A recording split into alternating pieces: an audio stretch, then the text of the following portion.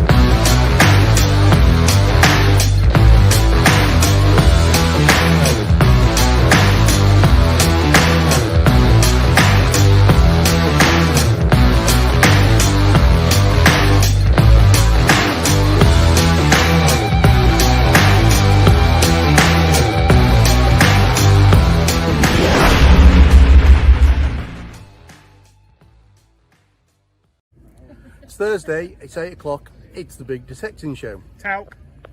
Didn't fall over. Bless him. Is he Good okay? evening. Good evening, one. Right. Shut up, Donna. Saying hi. Good Hello. evening, everybody. How Good are you, evening, Adrian? everybody. Good evening. I'm all right, thank you, David. Yeah. How are you, Donna? Donna. Yeah. Donna's fine, apart from she just had one of those crappy letters this morning. You know when you get a nondescript letter in the post and you open it. I'll put her on mute, Adrian.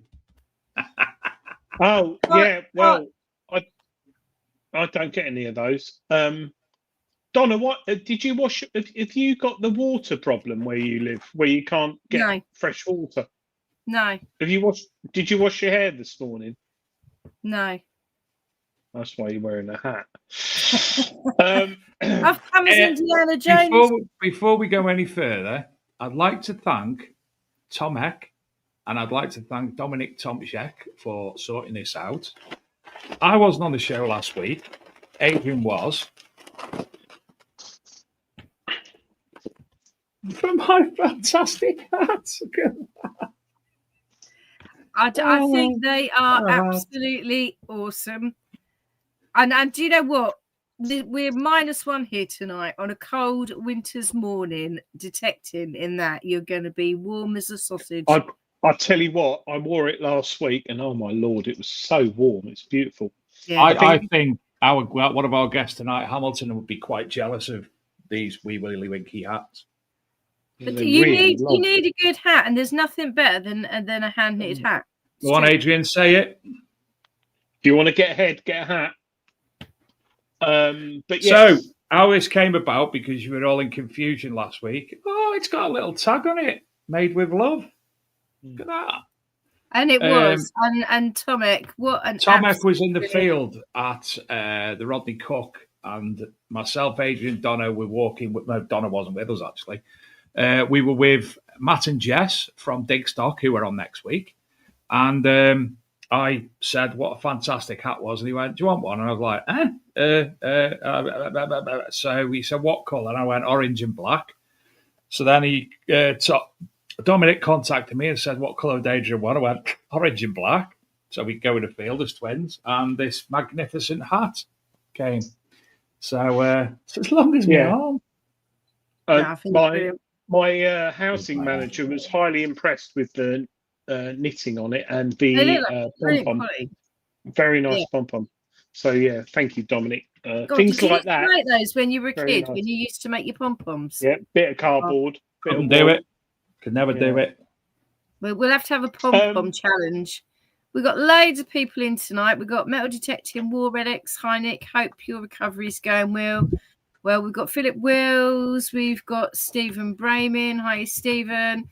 We've got Charlie Dreamer. We have got... We're not going to go through everyone, Donna, because we've got a very busy show. So I'm going to stop you right there. Hello to everyone then, and thank you for coming. And also, thank you to all the new people who are prospectively watching the show tonight. Yeah, welcome. As we are streaming to multiple new locations, as it is, Hamilton is on the show. We decided to stream to Templar locations as well on social media. So welcome to you all, and we hope that we do the content justice. Yeah. Can I just say one thing? Those who are watching for the first time and also our existing viewers, we are, if you're interested in it, giving away a metal detector this month, Routers First 2. Yeah, worth £700 odd. Kindly through Metal Detecting News, Tony Kaywood. So come Christmas, we'll be giving away a lot of prizes, including £700 odd metal detector. Plus, I think not Legend 2, we hope to get from Dilek, possibly in the new year, to give away as well, if you're interested in metal detecting. And if you are interested in the Not to Legend 2, if you buy this month's Treasure Hunting magazine... Whoa. This month's Treasure magazine, I recognise that person on the cover. Who's that person? Graham Dempsey. Do you know what? Just out of shot there is me laughing. Well, yeah, he is. But if you buy this month, you can win a Legend 2. And you don't have to do it. You can do it online. Not that many have entered. So if I'm allowed to enter. I won't win it, but I'm allowed to enter. Well, considering there's many thousands of this magazine go out, we've not had that many entries. It's not complicated. If you've got a copy of Treasure Hunting magazine, all the instructions in there, you need a copy to enter, and you could win a Not to Legend 2, which no brainer really. Well, I add your article on hearing in that magazine is really worth reading. It made me really think. Anyone who hasn't got this month's edition of Treasure Hunting magazine, go out and buy it just for Adrian's brilliant article on hearing loss, adjusting your machines, and I mean, it's fantastic, absolutely fantastic article, and it will make you think about the kind of signals you're getting as well, and what you should be listening for, and what you might be losing, and how you might need to adjust your machine. Very impressive. Look. Thank you, Donna. It is. And without further ado, because he's waiting in the wings, kindly, is Mr. Hamilton White. Good evening, Hamilton, sir. How the devil are you? Oh, I'm with you now. Greetings. How are you? Hi, Hamilton. Oh, how am I? Yeah, I'm still here. I feel about 100 years old at the moment, but we get on with it, don't we? We don't whinge and moan about it. We're going to keep you smiling. Let's hope we're going to keep you smiling. Me and Adrian will, anyway. Well, I think I smiled this afternoon, but I think it might have been trap wind. I don't think it was a real smile. Oh, seriously. Right, don't go over his shoulder and burp you. You'll be fine. Yeah, that's it. That'll be fine. But well, no, listen, Hamilton, on behalf of ourselves, obviously, and all the viewers for the show, they all know yourself, and Carl, from the previous show that you joined us on. They know you from the TV program, and I think everybody would like to offer their condolences to yourself and to Carl's family in this very sad time. Nice. Yeah, everybody's been really, really nice. I mean, I've known how unwell Carl has been for quite a long time. He wanted it kept pretty private. He wanted to deal with it his way. So, that's what you had to do. He gave it a hell of a good go, but sadly, although the mind and brain was still 100% sharp, the body just wore out. Simple as that, basically. It was. And it's sad. Sod's law. Some people are just unlucky, and others can just ride through it. Simple as that. So it feels still very open because his funeral's next week, and it's going to be I think it's going to be quite a big do. I think they're expecting quite a few hundred people. And he's going to get a good send-off, and then maybe you can relax a bit and get a little bit of closure, because at the moment it still feels a little bit unreal, if that makes any sense. It does. When you lose somebody, that moment between loss and properly saying goodbye. Yeah, exactly. Yeah, it's a no man's land, isn't it? You're not sure how you're supposed to feel, and you're going to feel one of two things when you go to the funeral. You're either going to feel terribly moved in one direction, or immensely proud to have been his friend and companion. And I hope it's the latter, that you're blessed with having had that wonderful relationship with him. We had a hell of a good run.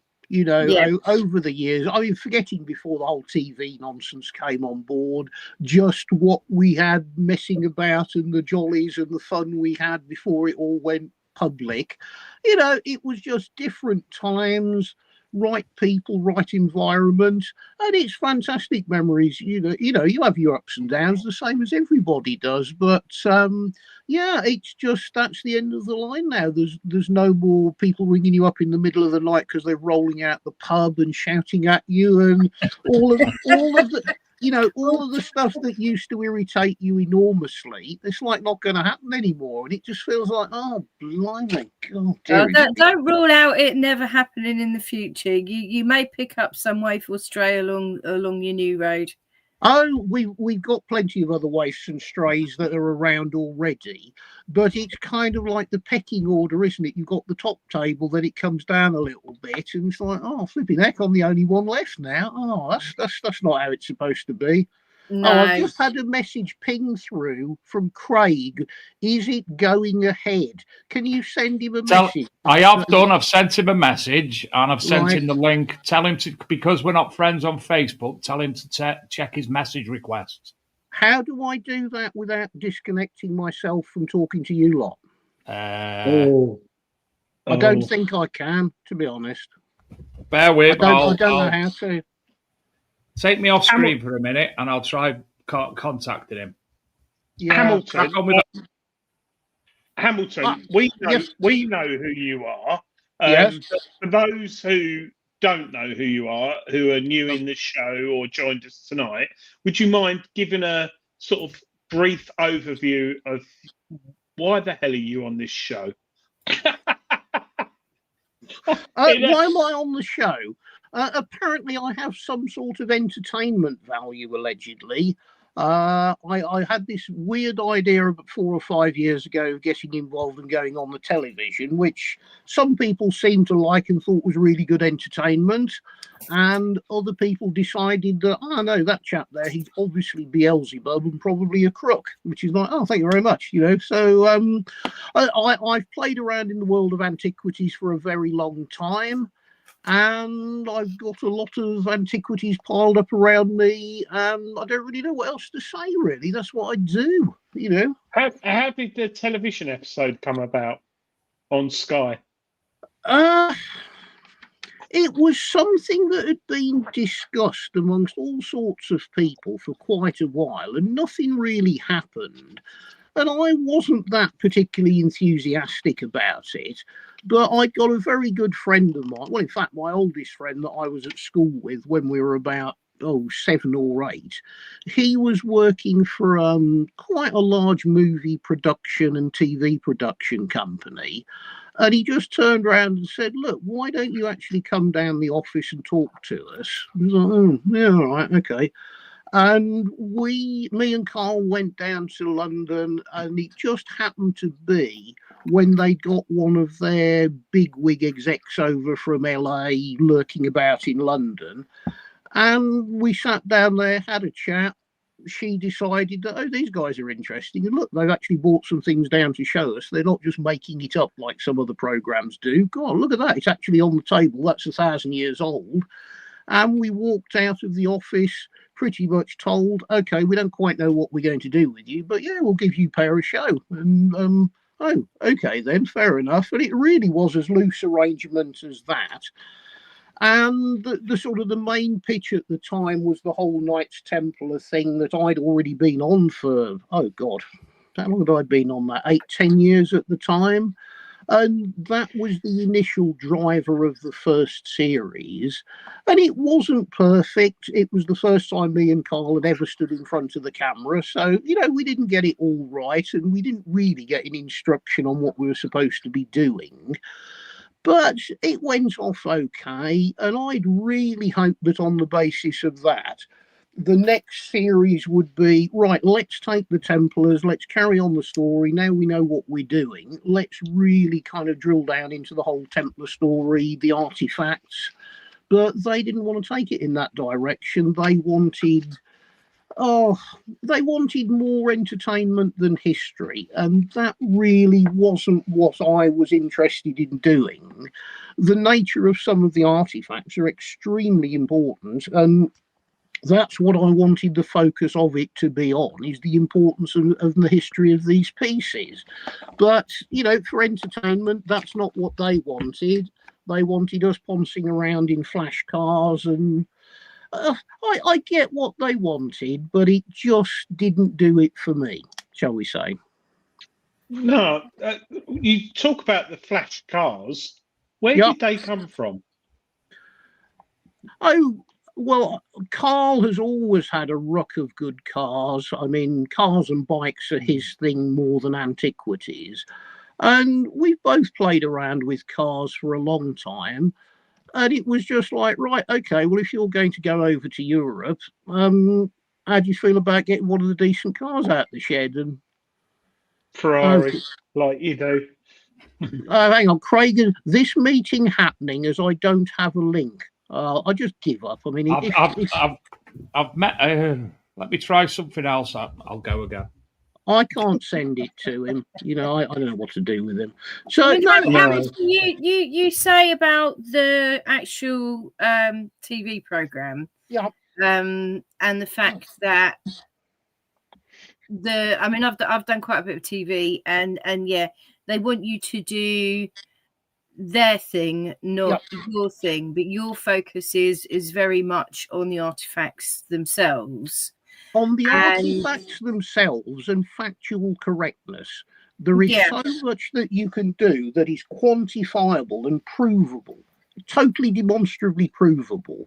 You don't need to go down these fantasy making up stories and spinning these stupid spiders' webs for entertainment. There is more than enough proper serious history that's equally as entertaining, and that seems to be more what television want. They want fantasy, and to me it's nonsense. You don't need it. It's not for me. They're going for a big boom bang pow wow kind of audience, with gold shiny things, fast cars. And it's not like that. I mean, I know as myself as an historian, you spend a lot of time in dusty libraries and back rooms and it's a bit like Top Gear, isn't it? I remember watching Top Gear in the 80s when they'd talk about a car. They'd talk about the efficiency of the car, the engine, and the resale value. And it was technical, and it was about cars. Whereas now they've got like the Phantom Flamflinger from Tiswas in it, and they're doing all these crazy stunts. And, it's what they try and find a bigger audience. and I think that's they want to the shine issue. the audience and they want to be cool. And actually, I think right now it's cool. It's more cool to follow the detective story. We've just been joined. Hello, Craig. Hello, Craig. Sorry, Nice I've to only meet just you. got the link. Hello, Craig. Hello there. I wasn't much before you, Craig. Apologies, Craig. I did send it to you earlier on, but obviously you haven't got a notification because we weren't friends on Facebook. So apologies for that. But hey, you're here now. Better late than never. You better get somebody to explain who he is. This is Craig. I know who he is. Oh, Craig. Craig, can you introduce yourself for the viewers? Hello, I'm Craig Leonard. It's Craig Leonard, and he's got a bad signal. Oh dear. Oh dear. He's a lovely looking chap, though, isn't he? He's wife. He's back again. Let's try again, Craig. Yeah, sorry. I'm Craig Leonard. I was doing the acting and reconstructions of the programme Lost Relics of the Knights Templar. Well, and Craig's a detectorist as well. I mean, he's far more up to speed on detective.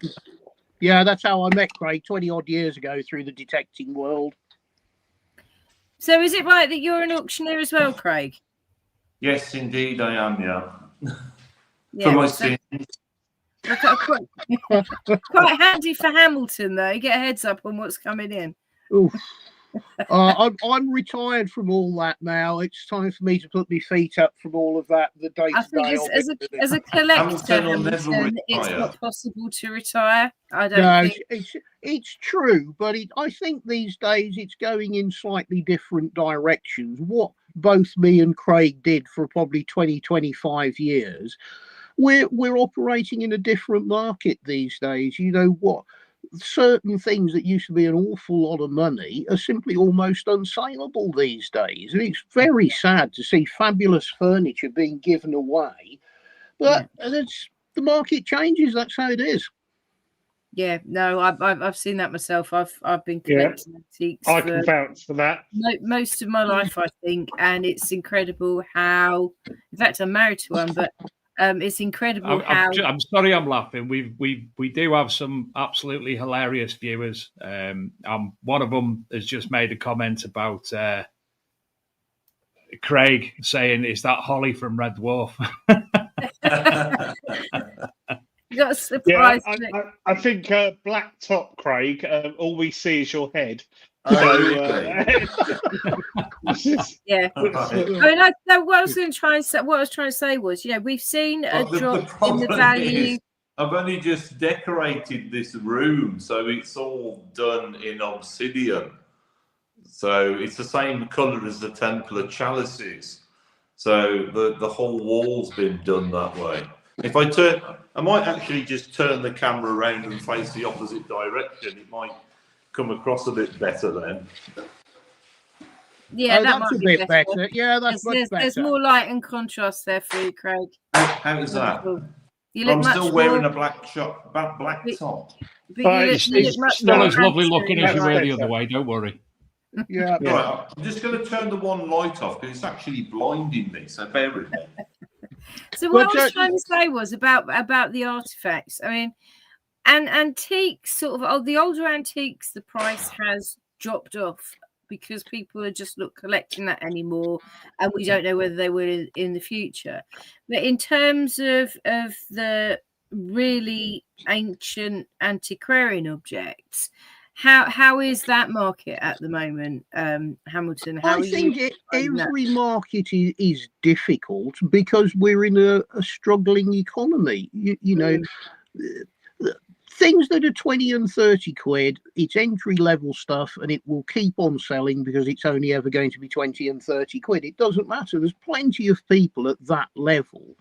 When you move up the pecking order of things, well, the market gets smaller and smaller. It's as simple as that. When you get to the ultimate investment grade stuff, which is being bought purely as an investment rather than the pleasure of actually owning the object because you want to own the object, investment grade stuff is still very strong. The big hitters and the pension funds and all of those sorts of people who just move money, they're not affected.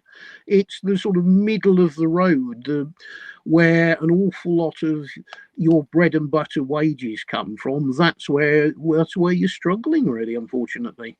Yeah, no, I did wonder that, because I mean, a lot of people, you know, gold price has gone so high in terms of crazy, and also the ancient Chinese artifacts. The market is still hot in that, as it is in old Russian artifacts. And I just wondered, you know, the kind of medieval stuff or the early medieval stuff that you're looking at, how does that stand at the moment against all these other things where people are trying to buy for investment? I think that's what I'm trying to get to. I think the top 10% of every market, whether it's investment cars or paintings or fine art, the top 10% is always really strong, because the kind of people that operate there, they don't seem to be affected by financial crises or crashes and burns. They are investors, they're corporate investors, they're old money. And those are the people that do seem to be immune from financial crises. It's the middle of the road guys who maybe used to spend 10, 20,000 quid or buy 2 or 3 things a year. They're the level that all of a sudden, nice grandfather clocks that used to be 15, 1800 quid, they're unsaleable. I mean, I've got a ruck of them in my shed. Absolutely unsaleable. The same with nice furniture. Great 17th century coffers that when I started 30 years ago were 1,200 quid for anything. You're buying them 150 quid now. It's just ridiculous. Yeah, they're just totally out of flavour. I mean, I think, obviously the collection that you've put together, or that you've managed to put together, you've clearly invested a lot of time and some certain amount of money in that. But it was always Carl's wish that you never sold that. So do you still stand by your aim of one day actually exhibiting the collection? The whole Templar stuff, which is about 150, 160 items, now belongs to a trust on the basis that if I drop dead, there aren't any problems. It belongs to a trust and the lawyers will look after it. They know what I want doing with it, and it takes it away from problems. I mean, it certainly won't be sold in my lifetime. It would be nice if it's got out in public. The problems of actually trying to do it and the cost involved is just frightening when you get to this level. It really is. I mean, to go and buy a standard insurance acceptable display cabinet of shatterproof glass or armoured glass, whatever they call it. I mean, a cabinet sort of 2 foot by 2 foot by 6 foot is going to cost you 10,000 quid, and you've got to buy that before you can even talk to an insurance company. I mean, you could spend hundreds of thousands of quid on display cabinets before you even get to the point of trying to find a building to put it in. So wouldn't you think of putting on like a special exhibition in somewhere like the British Museum or one of the sort of Oof, you must be joking. No. Trust one of those museums. You don't operate in the world where I operate, I tell you. We've heard horror stories from Marcus. Sorry, Craig, you were saying? Even to move objects of that value, you have to have the insurance on it. So you can't just transport them. There's massive costs involved. So you've got to have somebody to underwrite what you're moving to start with. Or you can take the risk yourself. Yeah, I mean, you wouldn't believe the numbers that get bounced around when you're just trying to say, well, look, there's 150 items, we'd like them out, public access. I mean, you're talking 7 figures to insure it. I mean, where's it going to come from? You know, my bank account of Hamilton at the moment isn't in a position, and even if it was, I'm just not into spending that amount of money for the rest of the world to come round, have a look, and if it's anything like, you know, some of the comments last year, simply just criticise what I do. It's just not interesting. So have you actually stopped collecting now for the No. board? So one of the things, I don't want to hog the conversation, but I'm trying to sort of press you into You are doing though, Johnny. Yeah. But I was you were really following the trail of the Nazi explorers, I suppose, actually looking for what they were looking for. That's us blocked on YouTube. Yeah. What do you I mean, you discovered the Tomar hoard. Yeah. How did you discover the Tomar hoard actually existed? How did anyone else know about it before your discovery? When you actually go to Portugal, there have been rumours of things coming out of Tomar since before World War II, and it's only transpired in the last less than 18 months that actually the rumours of things being found in World War II is totally correct. It was either 1937 or 1938. A German who was running a factory in Tomar, a paper making factory, he had got permission to do some excavations within the main body of the castle and the Sharola itself, because at that point the actual building was still being run as a monastery. And there were rumours of a find that was made, but nothing was ever seen. You know, going back to before World War II, the political situation with Salazar and how the country was run and how it was very pro-German.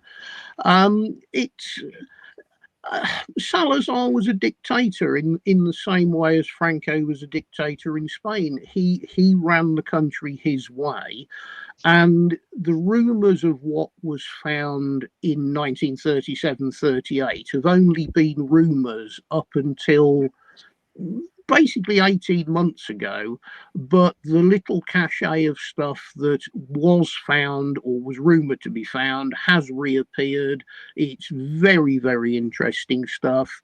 It's not chalices, but it's all of the associated things that if you were doing some sort of religious ceremony involving a chalice, the little plates and the pattern dishes and the various other things, it's all of the items that you would imagine would accompany chalices. And yes, they do exist. And it's a wonderful little group of stuff.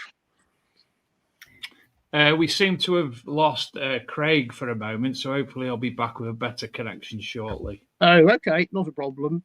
But no, I mean, I in the answer to the question, no, I certainly haven't stopped collecting, and I haven't stopped all of the other things that I do.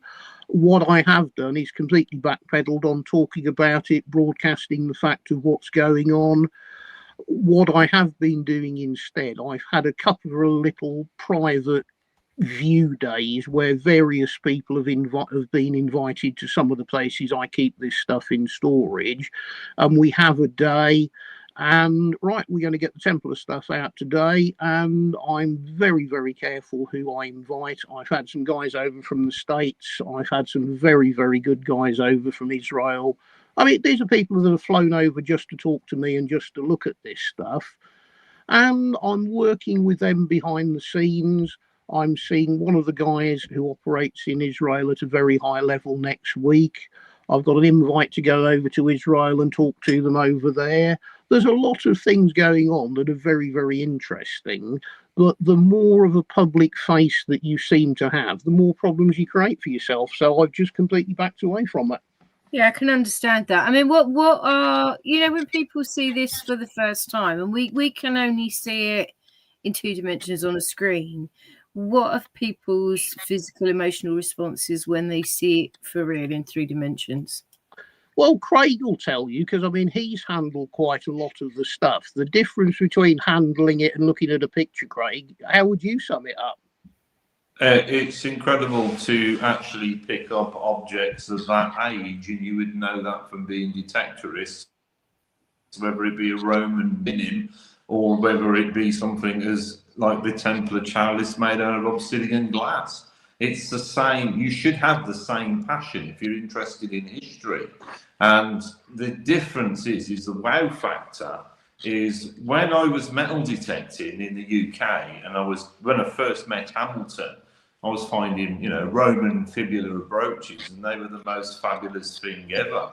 But by the time I'd met Hamilton, and he's pulling out, swords from the Viking era to show me, and other items like Norman helmets, it kind of pales into insignificance. So the more that you handle the hoard, and the objects like that, I don't say you get blasé about it, but you start to study, so you enjoy it more, and you learn a lot more from the objects that you're looking at. So whereas it first started as, wow, look at this, it's a sword from 1100, is now more moved into, well, what else can we learn from these objects? But it's still got that fantastic wow factor the moment you see something for the first time.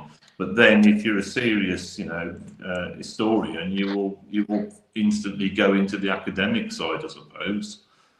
Yeah, I mean, that's my route. I mean, I look at everything sort of academic, I suppose. But we've got a few questions in the chat. Yes. And some people are asking you to wrap a little bit more context around the finds. But Matt Kent has said, how did you get on with the Portuguese authorities, Hamilton? They seem to be totally and utterly disinterested. It's remarkable. I've been going to Portugal for a long time now. I know the staff up at the castle at Tomar. I mean, we were up there, oh crikey, 6-8 weeks ago, something like that. Yeah, the staff up there are fine. They know exactly what I've got. I was persuaded to invite a pretty senior Portuguese academic who came over to see me for 3 days. We got the whole lot out. He was absolutely amazed by it. But there doesn't seem to be any support, as in, you would have thought they'd have turned around and said, this is great, we'll help you bring it back to Portugal, or we'd love to see it out in public. They come, they look, they say it's fantastic, goodbye. It's odd, really odd. And they don't actually have a problem then, because obviously in Portugal there's a detecting ban, so you can't detect. They don't have a problem with you taking antiquarian artifacts out of the country. It's totally irrelevant. This stuff left Portugal in the 1960s, most of it. Yeah. Totally irrelevant. I've got a question here from Wayne Rowlands. Hamilton and Craig, what is the most favourite piece of artefact you have ever held or found to date? Craig, you go first. Me, from metal detecting, Celtic gold. You can't beat that. That's Dubonny triple-tailed staters, for example. That's probably my favourite. But I mean, I've got Celtic neck torques, and I've got dagger handles and all sorts of items, not necessarily found in the ground, but there's items I've found out in the wild that have come from antique collections, being an auctioneer. We had in my auction a cabinet of metal detecting finds, and I told Hamilton about it in the auction, and he won the cabinet. And when I delivered the cabinet full of metal detecting finds, Hamilton had great delight identifying and cleaning up several Saxon belt clasps that were in there. I knew they were there. I knew there was items in there, but there was a lot of local archaeology that the gentleman had found a long time ago. Didn't know what he'd found. Like a lot of metal detectorists, they leave them in the finds bag or chuck them in the finds bag. But Hamilton goes to the extent of having an inkling of what he's looking at, more knowledge than a lot of other people, and then actually getting them cleaned up so that they, look as they should. It's called museum restoration, and a lot of people badly do it, and you've got to do it in professional circumstances. So for me, I get to share the same passion of finding items that Hamilton does, because we do work a lot together. Mm-hmm. Yeah. No, it's strange. I don't know if you can see, though. It's just I'd completely forgotten about that. But this came back from the restorer out of the little pile of stuff I had off Craig, which is the most fabulous little Anglo-Saxon bronze. I don't know, I assume a pendant of some description, but a fabulous little dragon. Really lovely little thing. Yeah. And I mean, when that came out of the cabinet, you could identify virtually no features on it at all. I thought it was something underneath all the oxidization, and I just sent it off to my guy, and that after I don't know how many hours of work on it, we got a fabulous little dragon's head Saxon pendant out of it. Hamilton, just got a question here from a detectorist. He's put, does it not devalue them cleaning them? And I know the answer, but you might be able to answer that. Well, it's all relative to what it is and what you're doing to it. You know, if you pull something out of the ground and you attack it with a wire brush, then yes, quite possibly it's going to devalue it, obviously.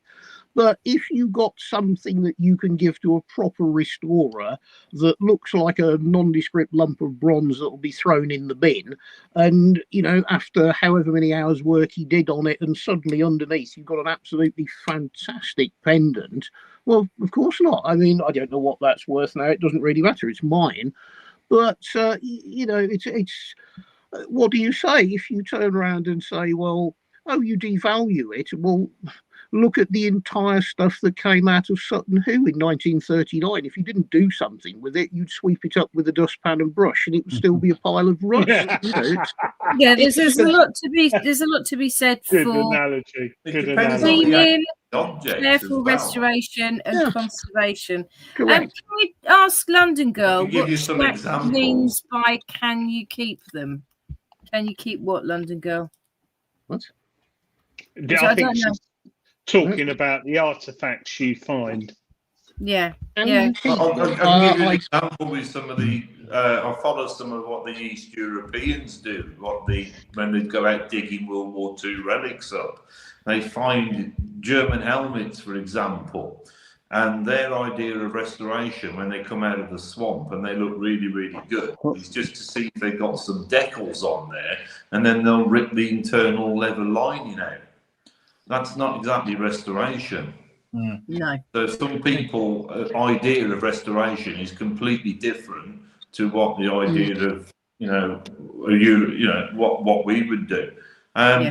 It's really difficult. Basically, restoration means to preserve that object, and if you can try and preserve it as much as you can, that's the best thing that you can do. But you can go over the top. I mean, I've seen people put hammered silver coins into metal barreling machines to clean the black soil off. So, you know, learn some techniques, for example. We did a good show on this about 4 or 5 weeks ago. We did a show on how to clean your finds responsibly. But you're right, you know, sympathetic. Matt Kent is asking, what do you use to protect the surface of the metal artifacts that you find? What do I use? A professional restorer. Yeah, so he's using something. You use microcrystalline wax, but it depends what it is. Yeah, exactly. It's an impossible question to answer. Glue. Yeah, it's an impossible question to answer. Yeah. So if you use PVA, would you? PVA glue will hold everything together once it's dried out, and because it's water-based, you can remove it, but it will protect a lot of metal, stopping from the oxidization of the elements. Would you dilute it, Craig? No. Interesting. We're very lucky. One of our good friends. Dilute with a little bit of water to make it spread a bit easier. But if you're putting too much water on, you're trapping the water in it. But because PVA glue dries out, it draws the water out the object as well as it's drying. Yeah, I mean, a lot so of it's great for things like helmets, relic helmets, for example. That's what I use it on. Well, also, I mean, when you're getting into the more serious stuff, like Craig is saying, some of the better helmets, because of the value, you need to sort it properly. And I mean, if you're pulling out some of the river find helmets, a lot of them are vacuum treated, which it's putting your object into a mixture of acetone mixed up with various forms of glue. but it's actually in a vacuum chamber. So what it's actually doing is sucking the acetone with the glue diluted into it physically into the helmet, into the metal itself.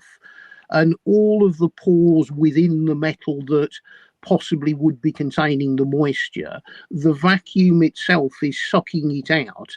Then as the acetone is evaporating, basically it's filling the helmet from the inside out. All of the spaces is the spaces within the metal where the moisture and the damp and the rust is become sealed from the inside and locked in from the inside with glue. I mean, I've just had a helmet done. Didn't really. I'll go and find it. If Craig rattles onto you for a minute, I'll go and get a helmet and show you what I mean. Yeah, just going back to that, I mean, I'll give you a classic example. I went metal detecting and found a fantastic Saxon skeet. And I said to my uncle, who was with me at the time, he said, let me have a look at it. And I said, you must be extremely careful because ancient silver it might not have been the best quality when it was first made, but it crystallizes on the inside. So he ever so gently put it in the palm of his hand. And I've seen detectorists do this with the squirty bottles to wipe the sand off in the water. And I watched that Saxon skeet crumble into dust as he does. Wow. We've lost it. Yeah. Oh, you're there. So, yeah, I'm with you. Yeah, I mean, when you're talking about find, that is kind of an early migration or Merovingian period helmet. And I mean, that's very, very solid. That's a soil find. Hasn't really had any form of treatment. I mean, that's just been conserved. It's not been touched. Now, this thing here, that's a Kievan Viking helmet that was found in the river out in the Ukraine. Now, when that came out of the river, it was in remarkably good condition, but the moment it was starting getting exposed to oxygen, the rust is starting to pop out of it, simply because when it's in the mud at the bottom of the river, it's oxygen free, and without oxygen it can't really rust. Now you can see on the heavier iron part here, it really needs another dose of proper conservation and vacuum sealing. But when you look at the rest of the body of the helmet, the vacuum sealing of this has left the actual surface absolutely superb, and there's no further signs of the rust popping out on that. But where the metal is thicker at the front, it obviously wasn't left in the chamber long enough, and this needs doing again, because if you don't, what's going to happen is slowly, it's like peeling an onion, you'll find a layer of rust will just start coming off and off. So it's like the whole conservation, it depends what the object is. This is talking about steel or iron, but if you're dealing with, say, bronze or a silver or a gold, it's totally different processes. Yeah, absolutely. I think that's interesting, because one of the things that we did have a conversation on a few weeks ago was, to all detectorists, it's worth digging your iron. A lot of people ignore the big iron, but imagine if it was one of those helmets. I mean, that would be a find. We're very lucky. Soil, though. What machine do you use, by the way, Craig? Sorry? What detector do you use? Oh, the last one I was using was the, Gold Max Power. Best machine in the world. I've still got mine. Good. I love it. Best machine. It also likes deep iron, which, if you're going detecting, depends what you're after. I mean, I looked for a lot of World War II items. I used to do it on the continent. And to be honest with you, what you needed there was a really cheap machine, because they were very susceptible to iron. Whereas I went out with a laser Hawkeye when I was detecting. Yeah. You want a low frequency tiny little piece of shrapnel, but it was rubbish at finding big iron. So going back to conservation, such like Adrian, I, and Donna, we're very lucky. One of our good friends, Graham Dempsey, owns the Composite Cleaning Pencil, and his range of products are for obviously cleaning it with different types of nibs, different quality composite, brass things, and he also does the micro crisp. Well, he does several solutions to clean the fines, which are all natural, and the microcrystalline wax as well. So we're very lucky to have access to his complete range, and nothing on the scale of Hamilton's helmet, for instance. But for instance, I've just got if you want a very bit of Roman bronze there that's been used a bit. It's perfect for it. If you wanted a very good guide to conservation for metal detectorists, there's a book that came out several years ago called Cleaning Your Detecting Finds by Michael J. Rutherford. Track that book down, it's really useful. So, Craig, when it comes to the program, the Knights Templar, I take it you've been a part of that in the background, obviously.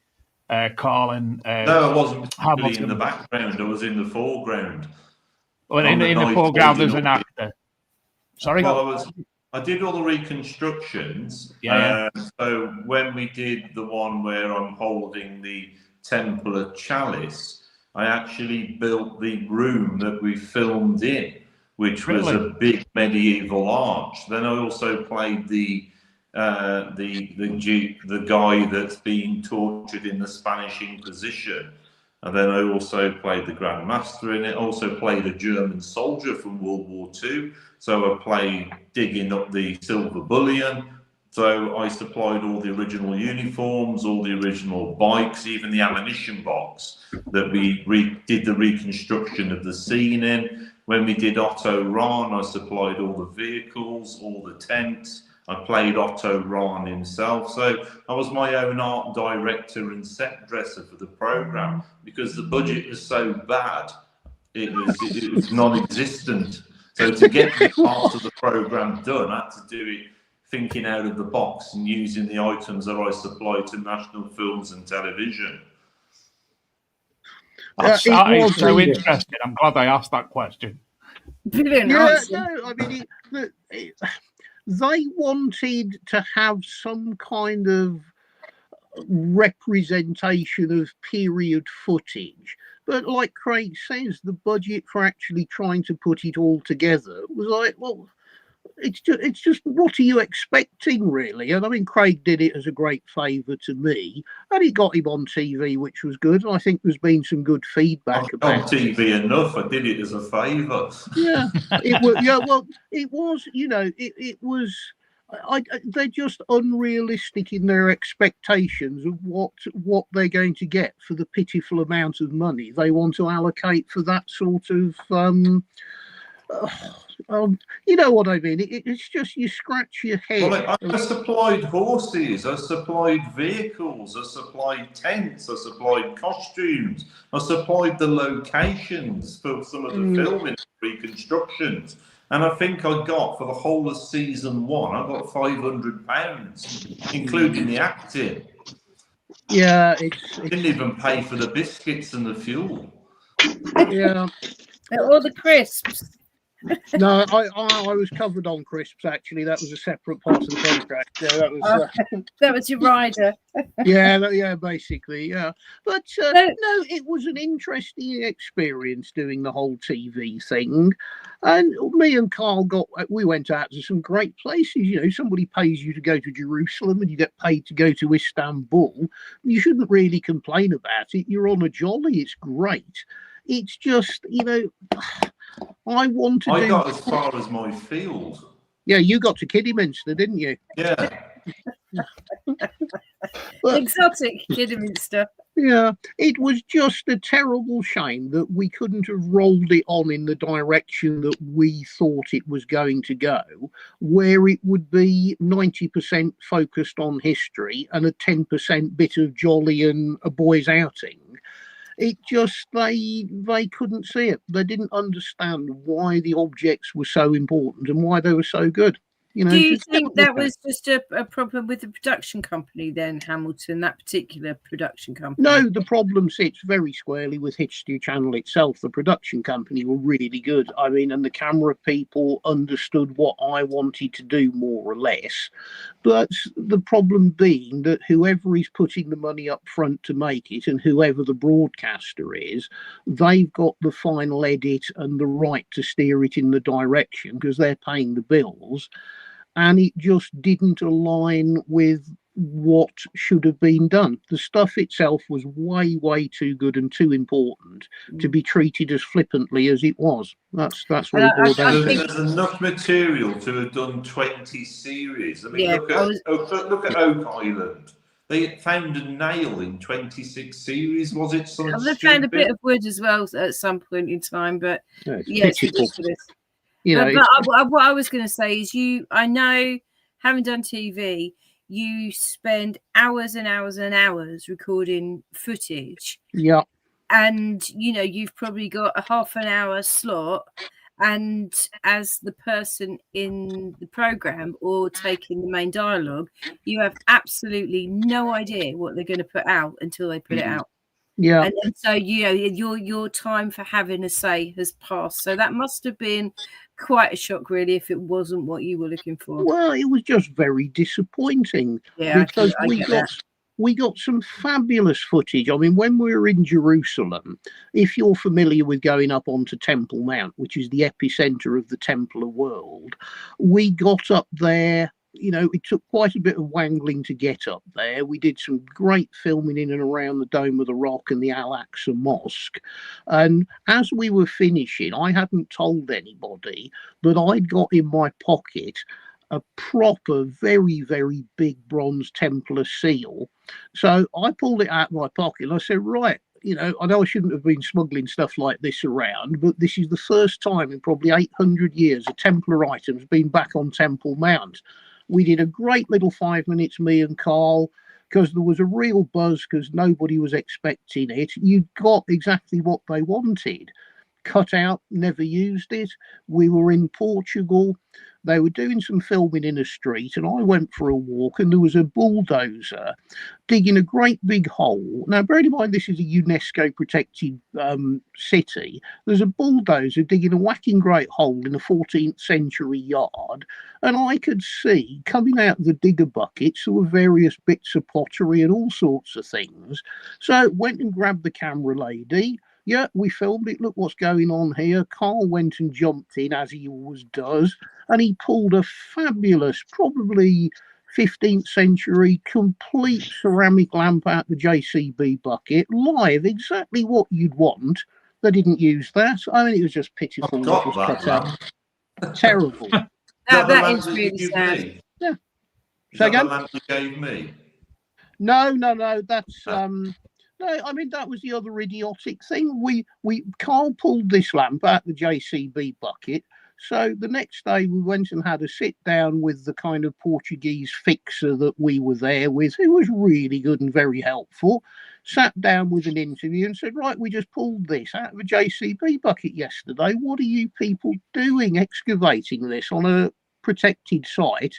He shrugged his shoulders and said, oh, we got lots of pottery. And that was it. What kind of attitude is that? We just Hamilton, had from the original series was called The Lost Relics of the Knights Templar, which was on the History Channel. Yeah. The second season changed its name entirely. Why was that? They forced it on us. Me and Carl wanted to do Lost Relics of the Templars too, because we thought we now really understand what we're doing. We can really jack this up now. We can pull out. I mean, we only showed, I think, 6 or 7 items in series 1. There's a further 140 some odd to go. Right, let's now go on to Templars 2. We got a load of sites sorted out, some real good places to go to. And I was told by the boss of the History Channel, oh, that's really boring, more chalices. No, we're not doing that. We want to do some of the other stuff.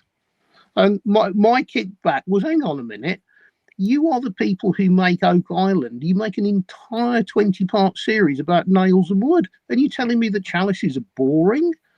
They just don't know what they're looking at. Not a clue. No. Very, very sad. I think So, one of the comments what was the second season called? Craig, what did they call it? Lost Relics. Was it just Lost Relics? Was it? Yeah, yeah. That's when I got to be a medieval pilgrim, and we did the silver bullion. Oh, that's right. Yeah, we did one thing on Celtic gold, which was absolutely farcical. What they did with that. I wasn't in that one. No, that was the one where they got some weird semi-naked belly dancer dancing in the cellar of a nightclub around some pigs' heads. Which again, seriously, I'm not joking. Yeah. Gareth, you'd like that one. Gareth actually said Oak Island was the biggest clickbait in the history of television. I've found more relevant artefacts in my nana's shed than they ever found on Oak Island. Correct. So you know he's made your point for you, Hamilton. Yeah, but the point obviously, Gareth. Well, Hamilton's not telling the story of the boss of the well, I won't say the boss of the History Channel, but Hamilton was asked what other items he got. He puts £1 million worth of Celtic gold in front of them, and they went, "Well, we don't want that. We want something else." Yeah. I mean, it's not. You know, they make entertainment. I think is what you're saying. It's distasteful. Yeah, they make entertainment. £1 million of Celtic gold. £1 million worth of Celtic gold. Mm-hmm. At the moment, that's about half an ounce, isn't it? They didn't. I mean, the average person on the street would look at that and think, "Wow." That's what I won't tell you about the objects. Hamilton will, but the one object I'm thinking. Oh, there's some. Hamilton will tell you. There's some very, very good things we could have carried on, you see, because you could have, out of all the Celtic stuff, you could have done an entire series just on fabulous Celtic stuff. But they don't get it. They don't understand what they're looking at. They just want lightweight entertainment, unfortunately. So when you said in the last program that you did, you were talking about the fact that you met several TV companies and you were contesting the water, and you did have people like the BBC, and you said you had Reuters, and everybody was going a bit crazy for the things that you'd found. Yeah. Was there any follow up from any of those, or did what you ended up having to do, like against your will as it was, you didn't know you were doing it, did that put them off, or is it put me off? And that isn't that halfway through filming series 2, I really wanted out of it. I could see where series 2 was going. It was entirely in the wrong direction. I knew it just wasn't going to work at all. What I was being told, that the improvements for Series 2 on Series 1, which were the things I'd expressed some concerns about, the lack of actual historic content, it was getting a hell of a lot worse rather than getting better. And I mean, relations had pretty much broke down halfway through filming Series 2. I would have loved to have walked away from it. I thought it was dreadful. I really did. Very disappointing. I've worked on a lot of TV programs, and the way they treated Hamilton on that one was disgusting. I mean, I've done programs like Combat Dealers, and the way that program's put together, it was far superior. With the freedom that Bruce Compton had got to go and organise his program, and I think Lost Relics might have been better. Around the season 4, season 5, people would have more got into it, but they didn't give him that chance. And then I worked on with Henry Cole in programs, and the production crew on there were fantastic. And Henry got his own way, how he did his program. So working on different programs like that, you see how badly Hamilton and Cole were treated. Yeah. They just didn't get. They didn't get. To be fair, I mean. I watched a lot of Henry Cole, and I don't know if you have, Adrian, but that's been a really marketable brand, and he's been able to diversify from the original program context because people just love what he does. Well, and done the same thing. Craig, did you go to some Southwood and Ferrers?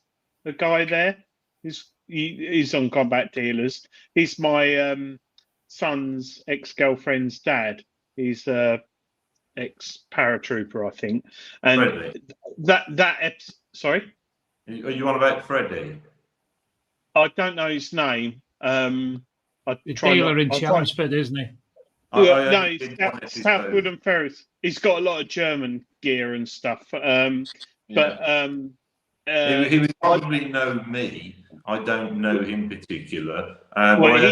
One episode we did 2 episodes with Bruce Compton, actually. One where I had to because I couldn't be on both episodes, I got my friend in at the time to do one of the episodes and sell Bruce a Panther switch to start the Panther up.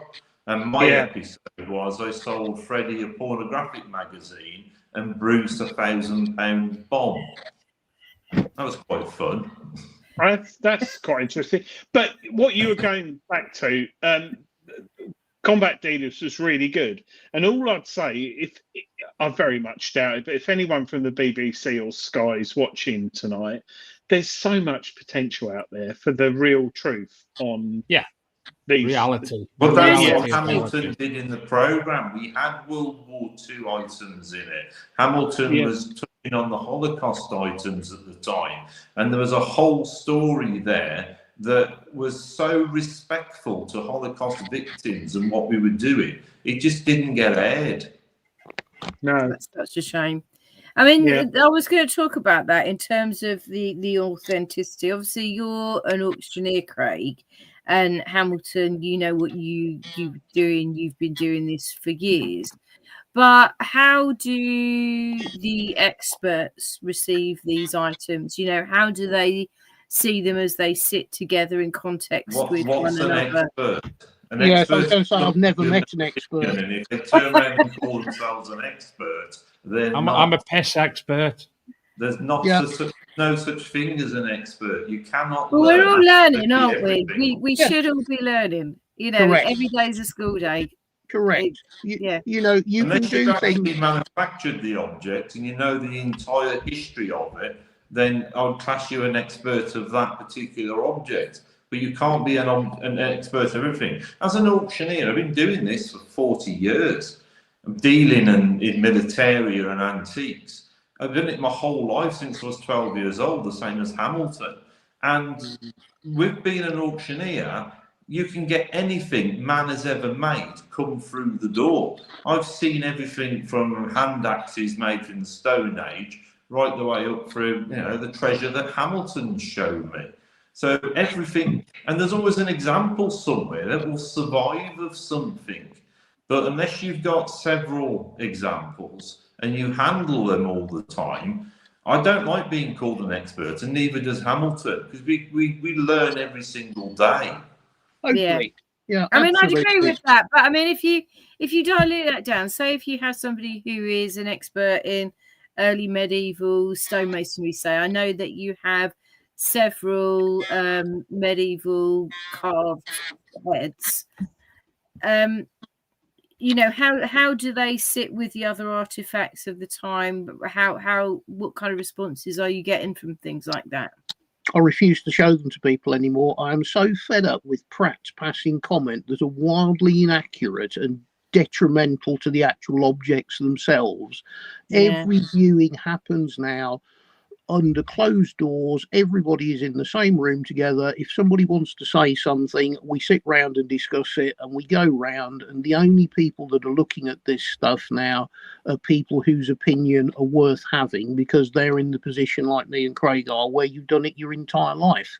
I'm not prepared to tolerate people coming out of the world of academia with a load of paper qualifications, and they've never actually held or bought and sold anything in their entire life, and yet they're put up as the experts to tell me what to do. It's nonsense. Absolutely. Well said. Well, look at the Oxford. Look what's going on with the Oxford graduates that are coming out at the moment. They're trying to change Anglo-Saxon history to be more inclusive.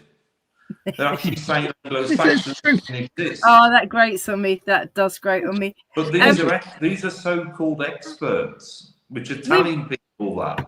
We've had a lot of comments in the chat, people suggesting perhaps you could put a book together with some wonderful pictures of the artifact and some context around them, how you found them. Hamilton's wrote 40 plus books. You buy as many as you like.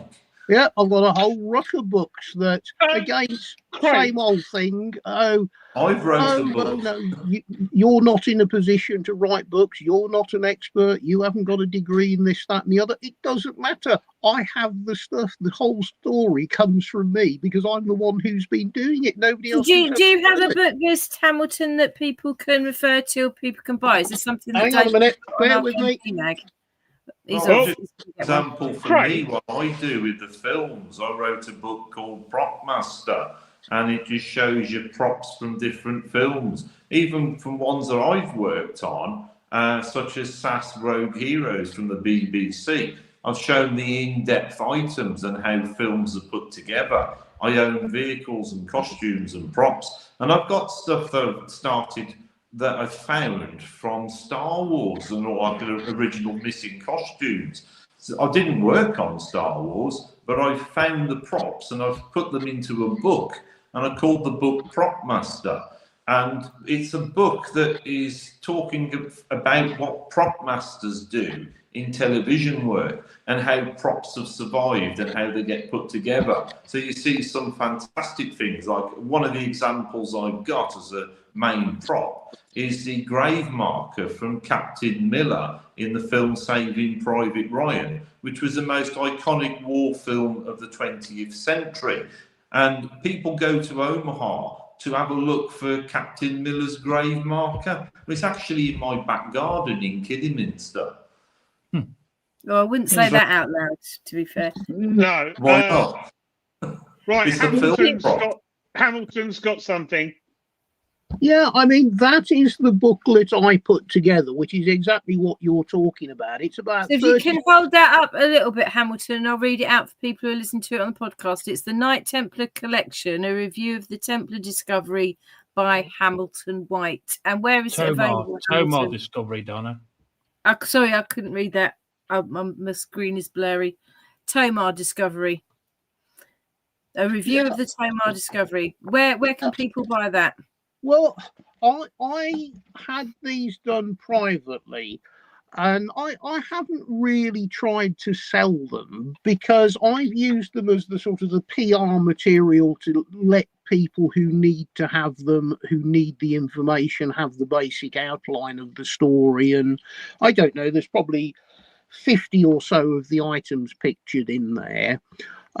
Yes, I mean, I have got to get a batch of them printed off and actually start putting them out. I mean, it would be nice to sell a few of them, but again, you know, what is it actually doing? Because I've had such negative reactions from various things that, do I actually want to put this stuff out to the world anymore? My enthusiasm for it isn't what it used to be. It's until the sort of general attitude changes round a little bit, it's got to stay private and it's got to be kept within the group of people that have been very, very sensible. Confidence. We've got some wows. That looks cool. Can I try to buy I want to buy it.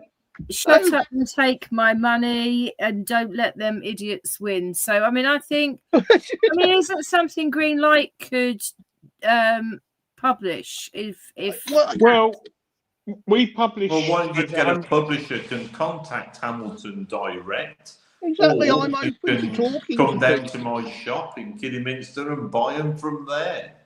I mean, there you go. That's another one I've done, which is, what's that one called? Before Gods Existed, which is my catalogue of my prehistoric collection, because I've got a pretty big collection of very interesting prehistoric Venuses. So a lot of those, they're Neolithic, and are they even Mesolithic, some of those? There's a bit of all sorts. There's Chalcolithic. There's about, I don't know what I've got, 120 or so previously unpublished pieces, but some really, really weird. Hang on, let me see if I can find you a picture of a weird one. I mean, people do love these museum quality photographs, and people do love these books. That's stunning. Yeah. And what we're looking at almost like well, it's almost like conjoined twins, but it's a naked lady. It's half female, and then I don't know if you can see it on the other photograph. It's half humanoid and half cave bear. I mean, it's a really weird thing. So do you think that's a bit like a Janus then, Hamilton? I honestly don't know enough about it. I don't think the knowledge is there of these things at the moment. I started buying them because I thought they were very underrated and absolutely fascinating things. And I think I've got about, I don't know, 30, 35 unrecorded Venuses. I mean, I've done catalogues and books like this for a hell of a lot of stuff. I can't remember how many there are. There might be 30, 35 different books I've got that I've all myself. And I've just lost the incentive to push it because just the general attitude, it's just like, you know what, I don't need this. I do it. I go behind the scenes like I've always done. I'm just tired of the negative attitude, particularly from the world of academia. So we've got comments like it's so professional. Nick Berry's suggested to Craig. Nick Berry actually is he can make any kind of artifact from any kind of material. He said, if I can help with any prop artifacts, I would love to help. So get in touch with him through us at the show. I'll just say, Nick Berry is an artist and a metal detectorist, and he has replicated some amazing detecting finds over the years, and he's remade them phenomenally well. He's visited the British Museum to look at artefacts, to see how they're made up, he's absolutely stunning guy in the hobby. He's been in Treasure Hunting magazine. He's done some amazing stuff. But before I forget, what I would say is that there is. Sorry, Craig, can I just cut in there before it all changes? We've spoken about Hamilton's books tonight, and you said you've got them in your shop. No, you can come from the shop. He hasn't put any in there yet, but he can. Right. So is it best if I promote your shop or your email address tonight if people want to buy them? Have you got a web address? Neither. Well, just slow down, will you? I haven't got enough. I've only got half a dozen of each left because I haven't had any big production run of them done, simply because I'm not trying to push them at the moment. Until I can get a proper publisher on board, it's just a complete academic exercise. You know, it's been a social service for people who needed to look at this stuff that I'm working with. At the moment, it isn't really a commercial thing for me. This green light publishing, if they want to come and talk to me and look at the whole lot, there is, I say, 30, 35 completely finished books in PDF form that can be printed straight away. It's just the distribution. You know, I simply haven't got time to be sending hundreds of books in the post. I've got to find a publisher. Well, luckily you've got a representative of Greenlight sat there now. Yeah, come and talk to me about it. You can talk to me about mine as well. We're the world's biggest publisher of metal detecting books and artifact books, and we publish nice books to get for into the some British museum books as well. Yeah, we do the British Museum as well. Yeah. So Philip Wills is just saying, "I'm buying now. I'll buy now." I think Philip, we get the message. Yeah. James Barnes is a bit put out. Says, "Don't diss the academics. We are not all bad." Yeah, but James is a different. I can't even show you a copy of my book. I haven't got one to hand. Derek, we're working on it. Right, there we go. I mean, that's my book of piracy and my piracy collection. I mean, that's more like a proper book. That's one I did with the late Andrew Sinclair and Sean about Temple Builders. The Temple Builders, which is good. What else have we got? That's the Legend of Roncesvalles, which is pretty much all about the Battle of Roncesvalles and the Charlemagne up in the Pyrenees. That I think is the best one, which is the follow-up to the Otto Rahn book, which is following the Otto Rahn route around, but just explaining it in a simpler way. What's it called? Hamilton Crusade. The Crusade against the Grail 2. Yeah, but I mean, really, I need a proper publisher to sit with, because those are just the ones in front of me. There's a whole load of little pamphlets all about sacred places. It was a great fun, and I've thoroughly enjoyed doing them. But it's just an impossible thing to actually try and keep on top of yourself. You've just got no choice until you find a publisher. You're absolutely snookered. I don't have time to deal with it. You can borrow my PA if you need, and my secretary. Yeah. She'll help you. I think Philip Wills has said this. I can't believe these books are hidden away, and that is true. They're beautifully presented, and I'm sure if there is a way that Greenlight can help you get these, come and look. World. Yeah, because I mean, I don't know how long ago it was, a year or so. I had a couple of conversations with what's his name, Julian from the Treasure Hunting magazine. Julian, really nice guy. I tried desperately to get Julian. Come and see me, Julian. Come and look what's here. Nothing. Never came up. Yeah, I'll do it. Adrian now works for Treasure Hunting magazine, so perhaps Adrian will come down. Perhaps me and Adrian will come down. Donna, you're not going with him. You're bound. No, that's nice. Not. Thanks a lot. But no, I mean, there's some great stuff, because I tried to bounce the idea off Julian. Well, look, just come and look at this stuff. There's a reason, one or two epic things that need a proper launch. It'd be great to do them monthly, bi-monthly in Treasure Hunting magazine. I tried to get him to come up. Nothing ever happened. And I'm sick of chasing people. Why the hell do I need to be begging people to come and do something that's so good? Sod it. If you can't be bothered to get off your arse, forget it, pal. It's just simple. It really is down to that. I mean, there's a lot of routes to market now for people who write books. You can self-publish on Amazon as well. You can upload your PDFs and create a book, and they charge you like 30% on the book. But getting it published is good, but sadly, print is so expensive now. Yeah. But magazines are on the decline. Books are on it; they're increasing. A lot of people are buying books now. He self-publishes, doesn't he? I agree. There's certain books, like Hamilton's, which sadly just get missed. And there's a lot of potential out there. Hamilton, can you describe what we're seeing? Hamilton, you've sent over some images for us. What are we looking at? Oh, these are things from back in the day, years and years ago. That looks like the result of one trip going out to Germany. It's very tiny. Has that got a couple of Viking swords in it, has it? Or is that just Celtic group? Yeah.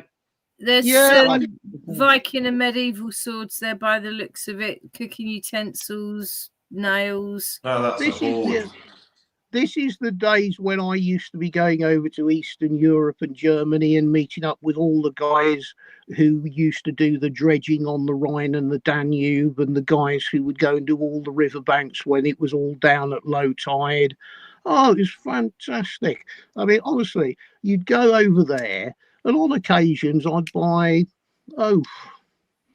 15 good swords at one hit and rocks of speed. I mean, it was fabulous going back in those days. It really was.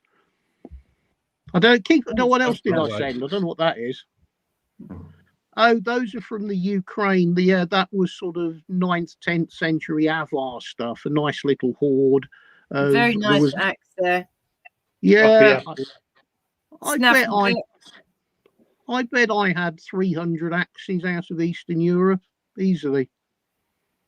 It was wonderful. Absolutely. It was just looking magical. at that. I'm going to go and get a couple of things. I'll be back in a moment. Yeah.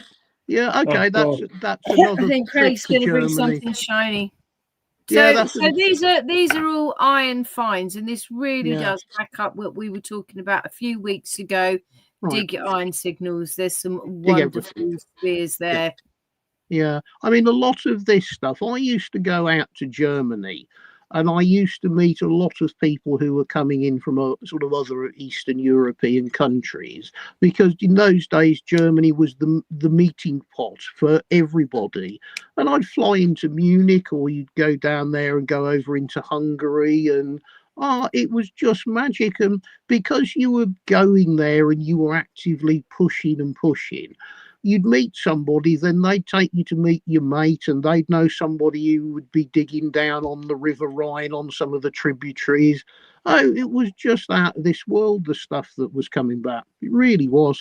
You do have to be, I mean, it's credit to you, Hamilton, you do have to be an amenable kind of guy that can get that kind of word by mouth access to people.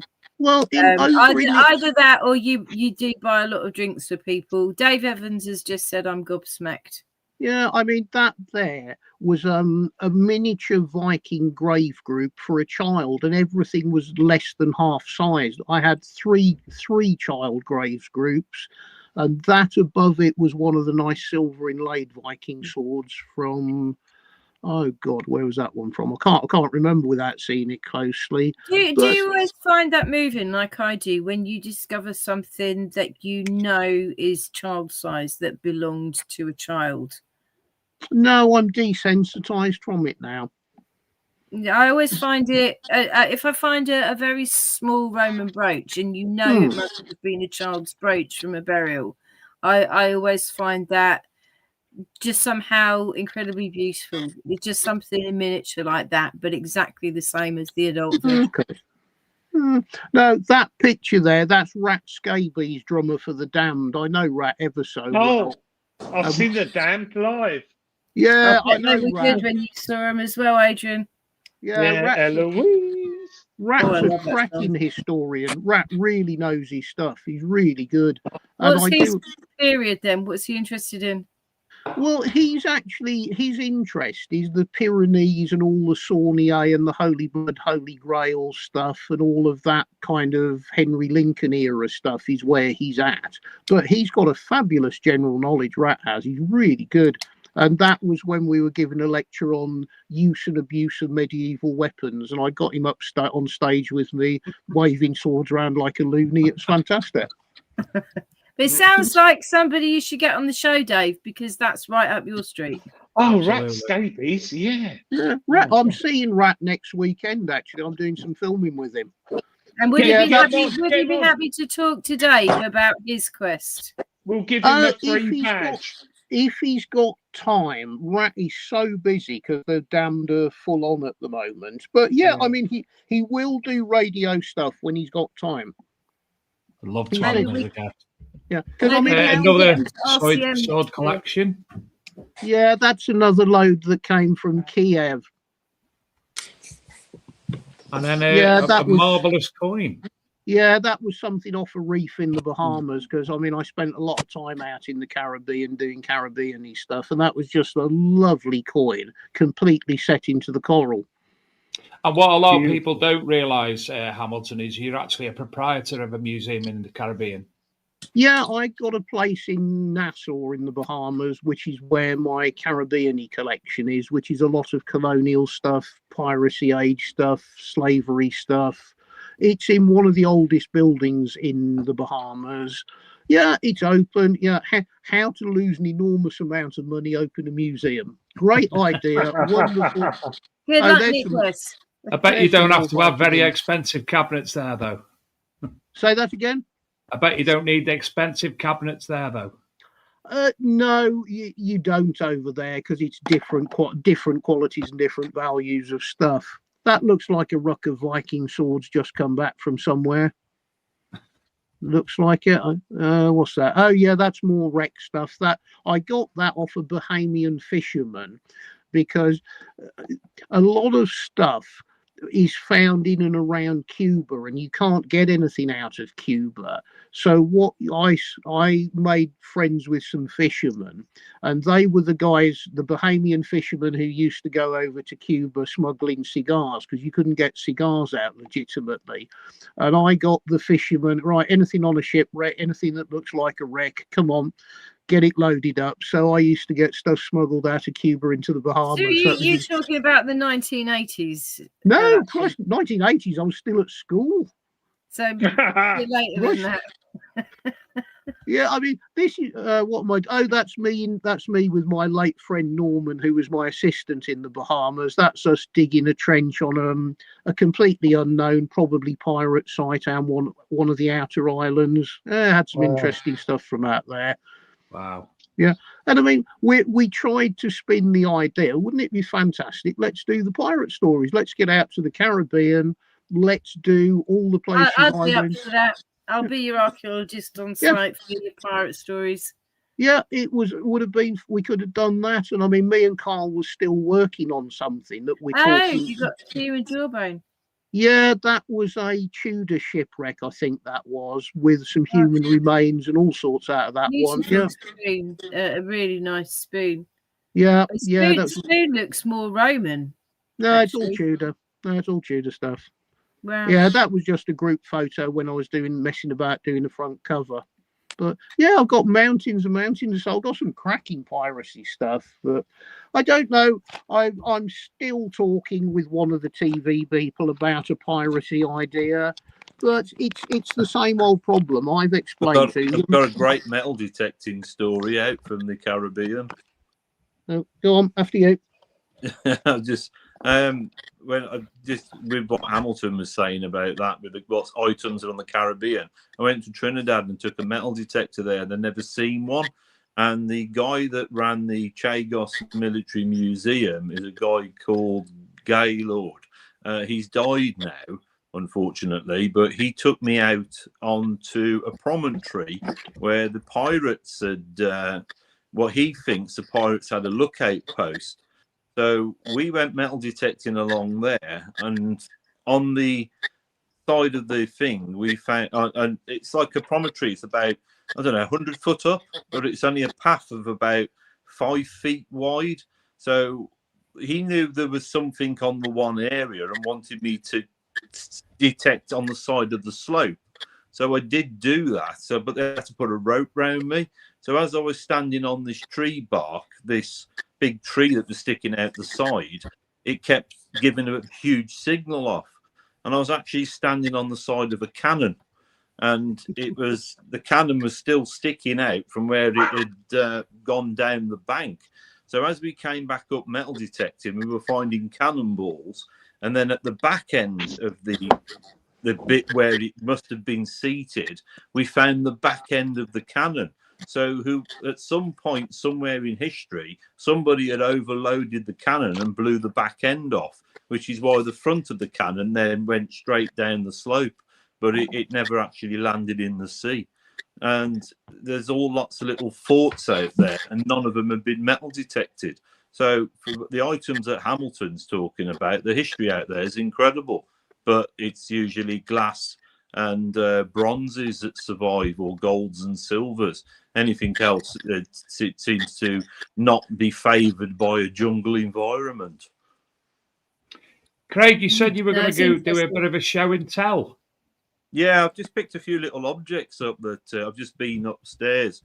When we go back into like collecting, where Hamilton was on about saying a lot of collectors are working on a budget.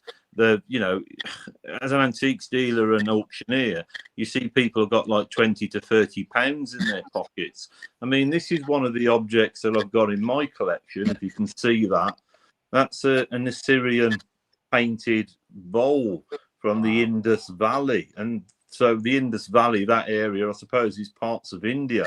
And it's a few thousand years old. And something like that, I mean, if you look at that, it's absolutely beautifully painted with figures on it. It's like 40 quid. I mean, it's absolutely ridiculous. Yeah. And then there's another item here, which if your budget goes up a bit, that's a Graves good. It's a Celtic bangle. And that one, as you can see, has been bent in the past. And that was to stop anybody else wearing it. So that's how you can tell that was a Graves good. But look at the detail on that and the patina. Absolutely incredible. But something like that, it's less than £1,000. And, that's stunning. And then another item here, which we all dream about finding, is a Celtic neck torque. But because it's in bronze, I mean, if you look at the work on that, it's absolutely incredible. And again, the patina on that, and that one came out from right down the south coast of Britain or into France, from where I can gather, and something like that. It's about £1,500 to £1,700. So again, not an expensive item. And then, like Hamilton says, he was buying like the Viking swords out of areas like the Ukraine. That came out the Crimea, and that's Viking. And that's the, if you look at that, that is absolutely incredible. Lovely. Yeah, really nice. But these have still got a little tag at the top where they had a leather hoop, and some of the leather actually still survives in there. And something like that. It's the top of a dagger, isn't it, Hamilton? Top of a dagger? Let's have a look. I haven't seen that, have I? I don't remember looking at that. Yeah, I don't know. It's about £5,000 worth, you know, on the market. But probably the value of that's probably dropped. So there's things out there for your budget if you want to buy ancient objects. They are available. Craig, Michael, what sort of shop do you have in Kidderminster? Is that just your auction house? It's mainly the auction house. We actually run out of a little church hall because all the buildings in Kidderminster where you could have had an auction have all been flattened. So I run Wild Forest Auctions. So the shop is basically the shop and offices, but I have everything in there from vintage toys through to I've got a full-size Lambretta in there from 1964. I have vinyl records in there. It's like a boys' toy shop, if you like. Anything that I find interesting, I put on the shop shelves. And so there could be militaria in there, or action men, or model kits, or, you know, interesting. And what's the shop called? The shop's actually Wild Forest Auctions. So and whereabouts in Kidderminster? In Lister Road in Kidderminster. Lister Road. So if anyone's in Kidderminster, Lister Road, go and visit Craig's shop. You might get some customers. Postcode DY11 6NN, and we're open Wednesdays and Saturdays 11 till 3 because I'm busy the rest of the time. Well, listen. Who's hold on in? That's Hamilton. It's that time. It's that time. No, Hamilton's got something to say before we go. No. I was just going to ask the question. How familiar are you with the whole Henry Lincoln, Rennes le Chateau, Holy Blood, Holy Grail genre of stuff? I've got the book. In fact, let me put me on. There you are. There's the book. And I've recently been listening to it again, following the show that we done a couple of weeks ago about the Knights Templar. I've recently been listening to it on Spotify. It's a free audio book for subscribers on Spotify. So I've been listening to it, actually read by the authors, which was a nice touch. I'm a little bit familiar with it. Can I ask a question to your audience? Is there many people that have watched the 2 series of Lost Relics, and how did they find it? And would they want to watch more? Whose house is having an argument with something? I think it's my son. He watches soccer. Sorry. Right. Well, as Hamilton knows, the first season, I had a little bit more insight in it to most people because Hamilton did send me a PDF about the Tomar Hoard. So I thoroughly enjoyed it. I reviewed it on the Archaeology and Metal Detecting magazine, which I'm the editor of. And I personally thought it was brilliant. Obviously, I found out from Colin Hamilton about the misdeeds that were done towards the show and the Hoard. So that sort of took the shine off it a little bit, but still, as a introduction to the Hoard itself and to Hamilton and Carl, thoroughly enjoyed it. And I think most of the viewers who watched it and Adrian think exactly the same. Apparently, West Ham equalised. That was what the fuss was about. Yes, sorry. Yeah, he watches soccer kicking a pig bladder.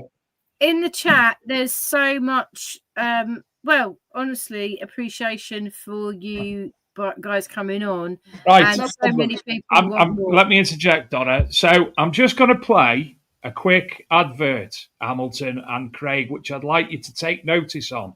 It's only a short advert, but please take notice of it, because after it's finished, I will tell you, if I can find the advert, I'll tell you why I'm playing the advert. Go on, then.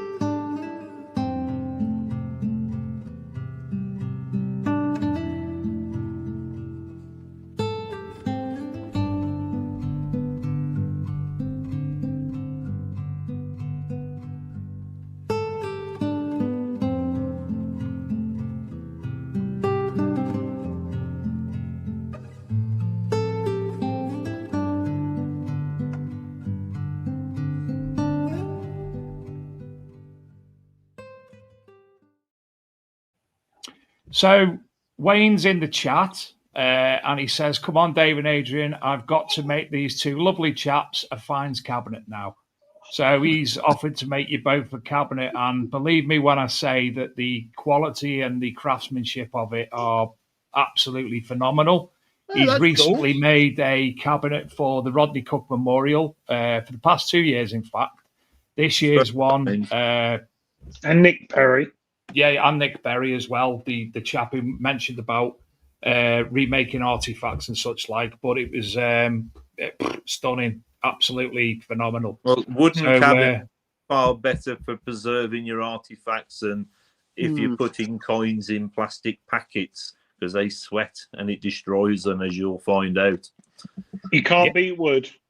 No, that's why. So I will put you in contact with Wayne externally of the show, and as I say, to any collection, his work is it's good. Okay, that's nice. Yeah, we'll go with that. Well, listen, chaps, we could sit and chat all night, but we've gone 15 minutes over, which has gone very, very, very quickly indeed.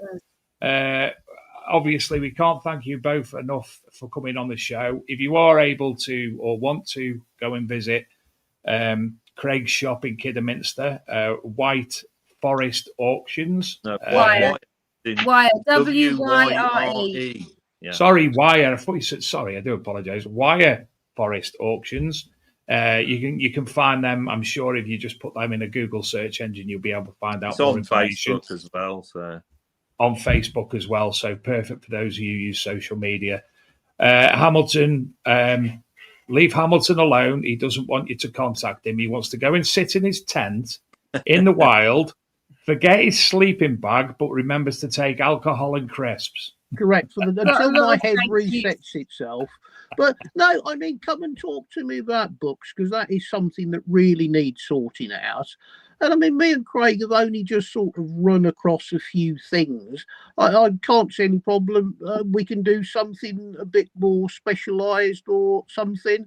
I mean, we're shame we run out of time, because I was just about to start getting the gold out. Oh, here we go. He's getting the gold there out you now. go. Nice little lump of Viking there. But, you said we're overrun, we got to go. So what can I do, fellas? Shall we do a Celtic programme next time? We'd love that. Yes, we'll do a Celtic programme next time. Big lump of gold that was. Yeah. Can we persuade you, Hamilton, to come back on? I'm more than happy to do it. I mean, when you're talking to people who are receptive, the sort of the people who are tuning in, they're people who know what they're talking about. It's great to be able to kind of get the stuff out, because you're with people that get what you're doing and why you're doing it. I do it quite happily, do a show a week or something, but it's so difficult to find the right people who actually are prepared to listen to you and know what you're on about. Well, I'd certainly like to listen to one about your pirate collection as well. Yeah, do that. Yeah, no worries. Well, somebody said, can we have him on regularly? So as long as you're up for it, Hamilton, you're welcome back. When he's free and not flaunting himself around the world. Yeah, I mean, that was what I was going to try and sort of say to Julian is, well, why can't you tie something up maybe every 3 months? You do an article on something in the magazine, then you have a radio show or a podcast, which is everybody's seen the mag, they can see what it's about, they're primed up. Well, let's then go live, tell the story in a bit more detail, get the stuff out. there's plenty of things you can do on the internet now. It's dead simple. It's no more effort than we've just done tonight. It's possible we could do it collaboratively, Hamilton, between Treasure Hunting, ArkMD magazine, and the Big Detective. Adrian's synapses are firing all over the place. I can see it happening in I'm front thinking of my eye. ArkMD. Perfect channel for that. It is. Don't forget, we've got a lot of what we class as mundane finds as well. No, never say that. What metal detectorists have got a lot of chance of finding in this country. And they could be anything from, Roman brooches through to Roman jewellery. So but it would be nice don't to mention highlight fibulas that. again, because somebody comes out in hives if you mention fibulas. Adrian. Sorry, Adrian. Or Celtic disc brooches. Right. Well, I mean, can you only do broadcasts like you're doing it now, or can you actually come out and do broadcasts from elsewhere? Because, like, to go down to Craig's, the field where he keeps his horses, it's an English Civil War battle site, and there's loads of interesting stuff come off there. And we're trying to do a little booklet at the moment about the Civil War in and around just where Craig's area is, and all the stuff that's been found there. We can travel, can't we, David? We could do anything. We've got all the access to all the kit. I've got my own, not your TV camera production, but I've got my own production stuff. And I can ride horses as well. So there you go. Then I can get kicked by horses. But we actually filmed the locations there as well for Lost Relics. Yeah. So we can show you some of the actual locations where we did the program. We talk about this off camera. Yep. We'll make some plans. I need a wee. Adrian always needs a wee at this time of night. Yeah. Thank you to everyone who's joined us, wherever you've joined us from. Thank you, Hamilton, and good luck. I hope it goes well next week. Our thoughts are with you. Craig, it's been lovely to meet you. Thank you. Dave, I did all the questions tonight, mate. I know you didn't let us get a word in edgeways again. We will be back next week. Nice meeting you, Hamilton. Yeah, no worries. Come see me and we'll plenty talk more we can talk about anyway. So we will be joining next week. Please view the show next week. It's very important that you do. Matt and Jess are joining us from the US of A from Digstock Events. And they will be giving you a few hints and tips. What's he got now? Oh, no. Dangling the carrot, isn't it? You like gold. Oh, Jesus. They'll be giving you a few hints. Roman perfume bottle, that is in gold. It's stunning. Look at that. I need a wee. They will be giving hints and tips towards the great treasure hunt that they are doing. So if you do want to take part in the treasure hunt, you'll be able to learn more next week. Listen to him. It's important because there are big prizes. So tune in next week. Massive prizes. Take care, everyone. Thank you, Craig. Thank you, Hamilton. Thank you, Adrian and Donna. And we will see you all next week. Good night. Good night.